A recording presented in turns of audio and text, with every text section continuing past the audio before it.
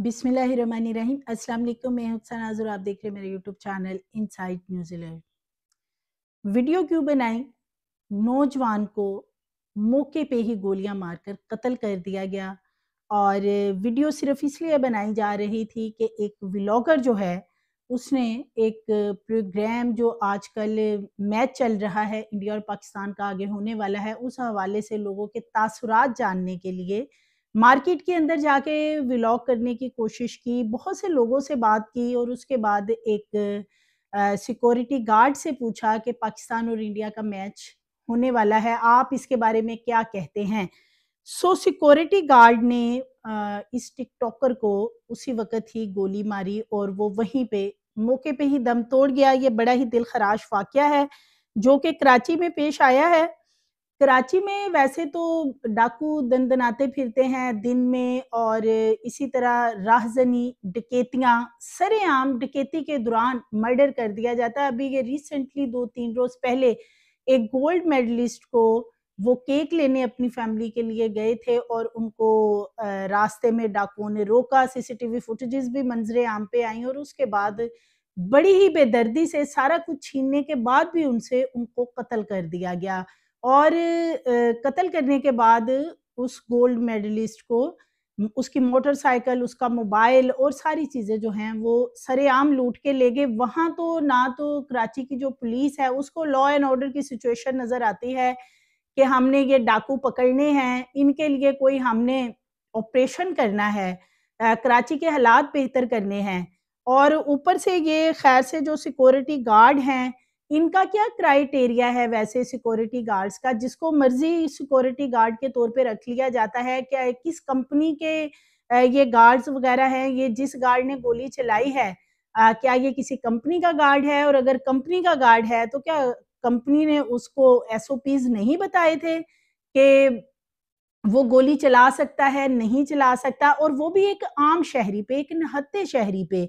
एक महज़ एक टिकटॉकर या एक व्लॉगर वहाँ पे आया है जो कि आजकल जैसे कि सोशल मीडिया का दौर है और हर कोई अपनी ज़िंदगी सँवारने के लिए जो है वो ये व्लॉगिंग वग़ैरह और सोशल मीडिया ऐप्स की तरफ लोग जाते हैं कि शायद हम भी अर्निंग कर सकें, कुछ हम अपनी फैमिली का हाथ बटा सकें। अब ये जो मोहम्मद साद है जिसको ये वीडियो बनाते हुए कत्ल कर दिया गया है, तो ये माँ-बाप का इकलौता बेटा है और इसकी जो वालिदा हैं, उनके बारे में बताया जा रहा है कि वो एक टीचर हैं, यानी एक स्कूल में टीचिंग करती थी वो और कब से कर रही हैं और इस बेटे को उन्होंने कैसे पाला होगा, कैसे बड़ा किया होगा कि ये बड़ा होके अपनी माँ का या अपनी बहनों का जो है वो ख़्याल रखेगा, उनका हाथ बटाएगा और वो जो नौजवान साद है, उसने भी अब ये व्लॉगिंग शुरू की हुई थी कुछ अरसे से टिकटॉक पे इसके काफ़ी सारे फॉलोवर्स हैं, मैंने इसका आईडी चेक किया है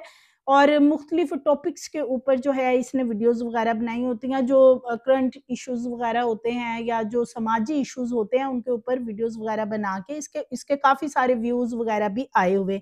सो व्यूज़ लेने के लिए ही वो ये वीडियो बनाने के लिए गया और ये उसे नहीं पता था कि ये वीडियो उसकी ज़िंदगी की आखिरी वीडियो होगी और वो जिस शॉप में जा रहा है वहाँ पे जो है उसकी डेड बॉडी वहाँ से वापस जाएगी। सखी हसन सरीना रोड है कराची में, वहाँ पे सरीना मोबाइल सेंटर है।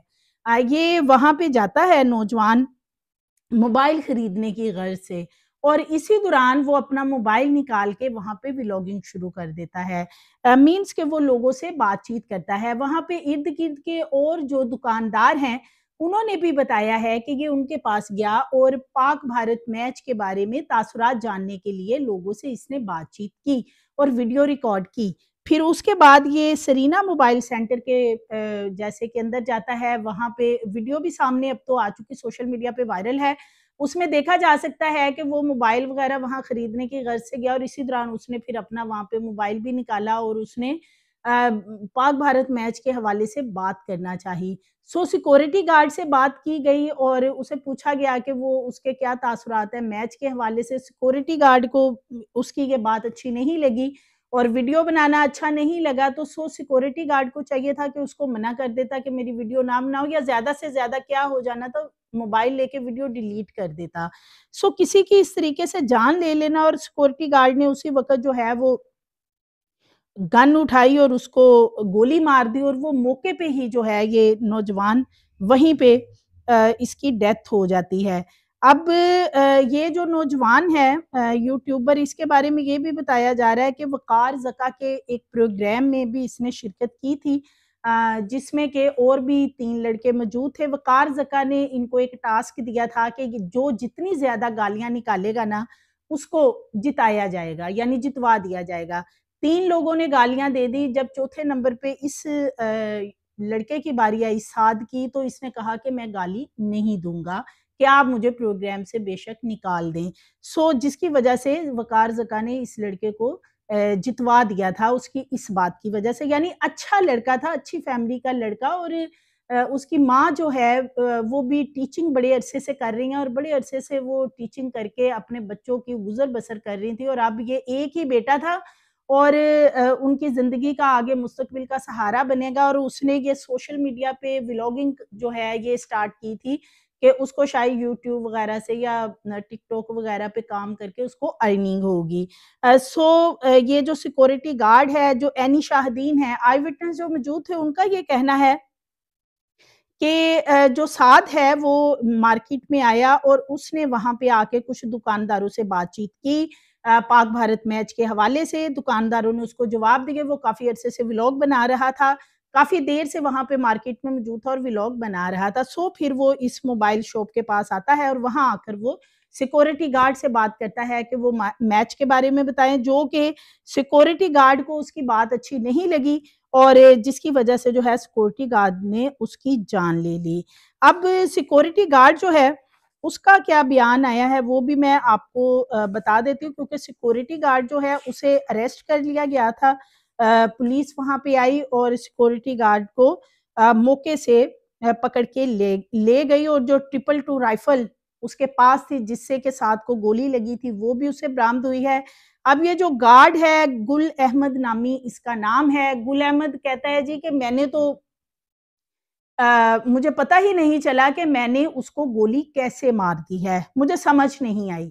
अब देखें, सिर्फ़ इतनी सी बात कह देना अपने बयान में कि मुझे तो समझ नहीं आई, मुझे पता नहीं चला मैंने उसे गोली कैसे मार दी है। एक माँ का लख़्त जिगर दुनिया से चला गया, जिसका कि कुल असासा उसका वो एक बेटा था और उसकी 4 बेटियाँ हैं, और टीचिंग करके वो अपने बच्चों को कितने अरसे से वो ख़ातून पाल रही थी, और अब ये बच्चा बड़ा हुआ था, और कोई उठे और किसी को पकड़ के गोली मार के तो उसकी ज़िंदगी का ख़ात्मा कर दे, उस माँ-बाप पे क्या गुज़रती है, उस घर के जो बाकी अफ़राद हैं, उन पे क्या गुज़रती है, इसके बारे में कोई नहीं सोचता। कराची के आजकल जो हालात हैं, उन पे अगर मैं बात करूँ तो गोल्ड मेडलिस्ट अभी 2 रोज़ पहले जैसे कि बाहर वो गए केक लेने के लिए, फैमिली के लिए बेकरी से चीज़ें लेने के लिए, और 5 मिनट के डिस्टेंस पे बेकरी थी। वहाँ पे वीडियो वो सामने फिर मंज़रे आम पे आई कि कैसे उसे बेचारे को आके दबोचा उन 2 डाकुओं ने, और एक जिसने हेलमेट पहना हुआ था, उसने उसको गोली मार के उसकी जान लेने के बाद उसका मोबाइल, मोटरसाइकिल और सारी चीज़ें उससे लेके चले गए। चलें जी, वो तो डाकू थे।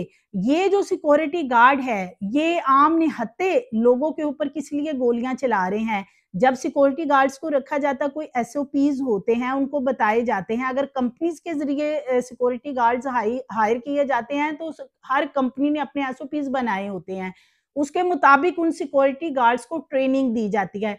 उन्हें ट्रेन किया जाता है कि वो किसी पे बिला वजह जो है वो गोली नहीं चला सकते, और वो भी एक आम निहत्थे शहरी के ऊपर। या तो वो कोई डकैत था, कोई डाकू था। डाकू और लुटेरे तो इन गार्ड से पकड़े नहीं जाते, सरेआम वहाँ पे डकैतियाँ हो रही हैं, सरेआम लूट-मार हो रही है, लोगों को कत्ल किया जा रहा है। वहाँ पे ये सिक्योरिटी गार्ड कहीं पे इन्होंने कभी आज तक फुर्ती नहीं दिखाई कि पता चला हो कि जी डकैती हो रही थी तो सिक्योरिटी गार्ड ने ना किसी की जान बचा ली है, या पुलिस वाले मौके पे पहुंच गए हैं। कराची की पुलिस हाथ पे हाथ धरे बैठी है। ये नाम नेहाद ये जो सिक्योरिटी गार्ड हैं, ज़हनी मरीज मैं तो इनको कहूँगी, इनकी मेंटली हेल्थ की क्या कंडीशन है कि जो बंदा कोई आके किसी से बात कर रहा है कि जी मैंने व्लॉग बनाना है या मैंने पाक भारत मैच पे बात करनी है, आप उसे कह दें मैंने नहीं करनी। अगर वो आपकी वीडियो बना रहा है, आप उसे कहें कि मेरी वीडियो डिलीट कर दे। किसी की जान ले लेना, ये कोई छोटी बात नहीं है। लेकिन अलमिया ये है कि कराची में फ़िलहाल तो पुलिस चोर डाकुओं तक नहीं पहुँचती, तो अब इन्होंने क्या किया है कि अब आम शहरियों के ऊपर जो है इन्होंने गोलियाँ चलानी शुरू कर दी हैं। तो ये महज़ वीडियो बनाने के ऊपर कि ये व्लॉग क्यों बना रहा है, इस पे किसी की जान ले लेना। एक चीज़ और भी सामने आ रही है कि जो ये सरीना मोबाइल के ओनर्स हैं, चूँकि ये उनका गार्ड था, तो ये भी बताया जा रहा है कि जब ये लड़का शॉप के अंदर गया और इसने वहाँ पे व्लॉग बनाना शुरू किया, कि बातचीत करना शुरू की, तो वो जो ओनर थे, उन्होंने गार्ड से कहा कि इसको बाहर निकालो। और जब उसको बाहर निकाल दिया और वो फिर भी गार्ड से बात करना चाह रहा था कि वो ही अपना मौक़िफ़ दे दे मैच के बारे में, तो फिर जो इसके ओनर थे सरीना मोबाइल सेंटर के, उन्होंने उसको कहा कि इसको यहाँ से जो है वो भगाओ या इस तरीके से करो। सिक्योरिटी गार्ड जो है उसने इस तरीके से गोली चलाई, लेकिन ये इंतहाई गलीज़ तरीन हरकत है जो ये की गई है, क्योंकि अब तो जगह-जगह पे मार्केट्स के अंदर और मुख्तलिफ बाज़ारों में, मुख्तलिफ जगहों पे जो हैं लोग व्लॉग्स बना रहे होते हैं, क्योंकि सोशल मीडिया का इतना ज़्यादा दौर अब चल रहा है कि हर कोई चाहता है कि वो व्लॉगिंग वगैरह करके जो है वो पैसा कमा सके। इस तरीके से किसी की जान लेना। और दूसरा यहाँ पे मैं एक मैसेज और देना चाहूँगी कि खुदारा जो लोग व्लॉगिंग कर रहे हैं, जो बाहर जाके कोई अपनी असाइनमेंट बनाना चाहते हैं, किसी से बातचीत करना चाहते हैं, तो पहले जिससे बातचीत करनी है उससे आप परमिशन ले लें कि मैं ये व्लॉग कर रहा हूँ या कर रही हूँ, क्या मैं आपकी वीडियो बना लूँ या आप मुझे कुछ ना कुछ इस हवाले से कोई अपने तासरात देंगे। अगर कोई एग्री करता है वेल एंड गुड, अदरवाइज़ आप उसकी वीडियो ना बनाएँ और इस तरह के मामलात ना करें कि ये एक टिकटॉकर है और वो अपनी जान से सिर्फ़ इसलिए चला गया कि वो एक व्लॉग बना रहा था और उसने सिक्योरिटी गार्ड के व्लॉग बनाने के लिए उसकी तरफ कैमरा किया था। उसने कहा जी कि मेरी वीडियो क्यों बना रहा है? अब ये जो सिक्योरिटी गार्ड है, इसका यही कहना है कि मुझे तो पता नहीं चला, मेरे से गोली चल गई। और इसका ये भी कहना है कि मैंने आज तक कहीं से गोली चलाने के हवाले से, असला चलाने के हवाले से, असले को इस्तेमाल करने के हवाले से कहीं से ट्रेनिंग नहीं ली। यानी ये किसी एजेंसी का नहीं है सिक्योरिटी गार्ड। वैसे ही किसी को पकड़ा, उसकी उम्र भी काफ़ी ज़्यादा है। यानी एक सिक्योरिटी गार्ड्स का क्राइटेरिया रखा गया, उनकी एक एज लिमिट रखी गई, उनकी मेंटली हेल्थ जो है उसको मद्देनज़र रखकर फिर सिक्योरिटी गार्ड्स को हायर किया जाता है।